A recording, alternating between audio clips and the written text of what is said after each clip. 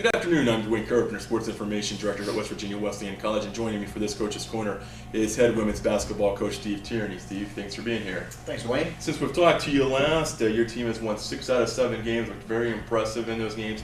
Had a little trip up at Charleston, but they've recovered well since that game. After your win against Bluefield State last night, you're back in first place now in the conference, and congratulations on that.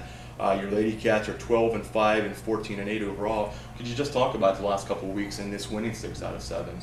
Yeah, I mean, we've been fortunate that even in the last few years, we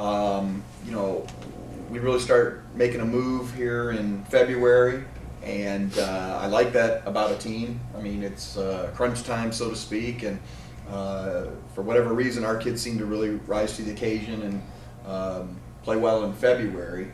And so that's even going back a few years where, we weren't winning near 20 games, a season. So I'm really proud of them for that, the ability to focus during a long season. And, it's not easy. It's played between both semesters. And so, they're always dealing with classes, when they're playing. And, good job by them. You mentioned the Charleston game. Charleston played very, very well that night, and they're a very, very good team. We were a little flat, but Charleston had a lot to do with that. They didn't miss a shot, I don't think. They were very, very strong. So, we tried to blow that one off, and worry about what we can affect, and that's the games in front of us. And I think we did a really good job last night at Bluefield. Very professional type effort. I thought we came out and took care of business very, very well and cruised. It's nice to be able to play a lot of kids, in games like that and get them some experience. And we had a lot of kids come off the bench and play really well for us, too. Yeah, you went down to Bluefield. You went on those treacherous roads last night, Monday night, and came away with a 78-37 victory. I think Bluefield hit a three-pointer to start the game. Lydia came back with a three-pointer to tie, and it was all Lady Bobcats after that. Yeah, Bluefield only dressing 6 kids these days. I think they're getting 1 back, is what Coach Brown told me. For next week, that she had a death in the family, and so but still, even 7 kids. That's really a tough road to hoe, and especially against a team that we've got where we do have some good depth, and we want to press and run and things. So that I think compounds some of the issues that Bluefield has. So we're not a very good matchup for them, just in the style that we play. Could you talk a little bit, you mentioned death, could you talk a little bit about that, and just the fact that it seems like each game you have one girl that steps up. One game it'll be Lydia scoring 21, the next game it'll be Jamie Kaufman scoring 19, and Angela will turn around and get 19 points and 13 rebounds. It seems like each game somebody's stepping up really big for you. Yeah, I don't want to say it's completely by design, but I think there is a little bit about the way that we play that lends itself to that. We're real big on finding matchups, and if we have a matchup that we think that we can exploit, we put that in the game plan and try to take advantage of it. Certainly, as an example, last night, Bluefield's not a very tall team, so let's get the ball in the paint, and certainly Lydia got some good looks when they started. Really, she opened the game with the 3, which was good, but we knew they were going to be in zone, and she's our best 3-point shooter, and so we definitely want her looking at that. But then the other kids, I think, have really done a good job of exploiting those other matchups where, again, Bluefield's small. We got the ball into people that could do a lot of damage on the inside, and so that's a sign of a very unselfish team. I really don't believe they really care who scores or whatever. I think they're liking this taste of success here, and I've held it out there to them for a long time that no one has ever won a conference championship here in women's basketball, and so you got a chance to be the first, and I think they're really getting their arms around that one. Okay. We'll talk about your next opponent. You've got the Concord Lady Mountain Lions coming into Rockefeller Center Arena this Thursday. You defeated the Lady Mountain Lions down in Athens back in December. Actually, we did not.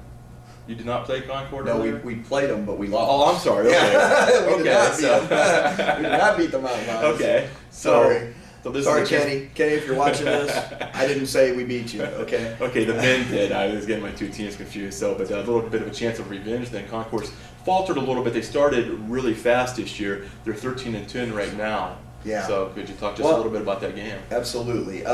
This is where this thing is really, really tenuous. I mean, they have a couple injuries and illness, and all of a sudden the core of their team is not there. And it's balanced enough in our conference that, if that happens to anybody, you lose 3 kids at various times or whatever, you're not going to be as strong as you were. So they've fallen on some hard times. So they're not the team we faced in December. That said, they're always very, very good, well coached, and they'll have a game plan for us. Right.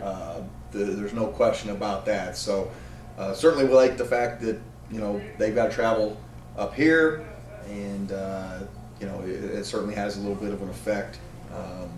So we're confident we get them on the home court, and we're playing pretty well. But they took Glenville to the wire last night, so they'll be ready.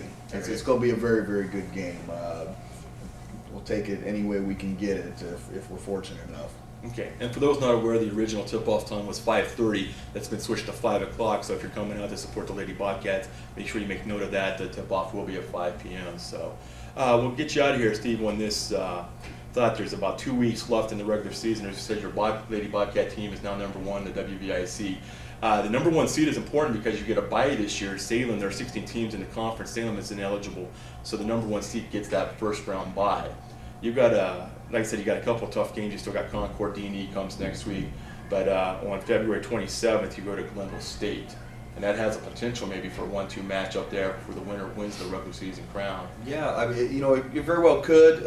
Like you cautioned, you don't want to look too far ahead or anything because we've got a lot of basketball to play between now and then. But Glenville's been a very surprise team with their new coach, Coach Harkleroad, coming in and putting in a fast pace, freewheeling style, and caused people a lot of issues. Just trying to figure out how to contend with that and everything. And they're very, very strong. And it would be a neat thing if it did come down to that. And of course, Glenville State really supports their women's team. You guys will be going into a packed place down there. So yes, we would. It's gonna hopefully that'll be a lot of fun, and hopefully maybe it'll come down to the 1-2 game. Yep, and hopefully the kids that played on our squad last year will remember that we did win there last year for the first time in a long time. So we've got a little recent success. Again, not without their current coach and current style and everything, but hopefully we can draw upon that we did win there last year, and we'd love to be able to do it again. All right. Well, Steve, good luck Thursday with Concord, and until then, we'll see you next week. So I'm Dwayne Carpenter. This is Steve Tierney for the Women's Basketball Coaches Corner. We'll see you next week.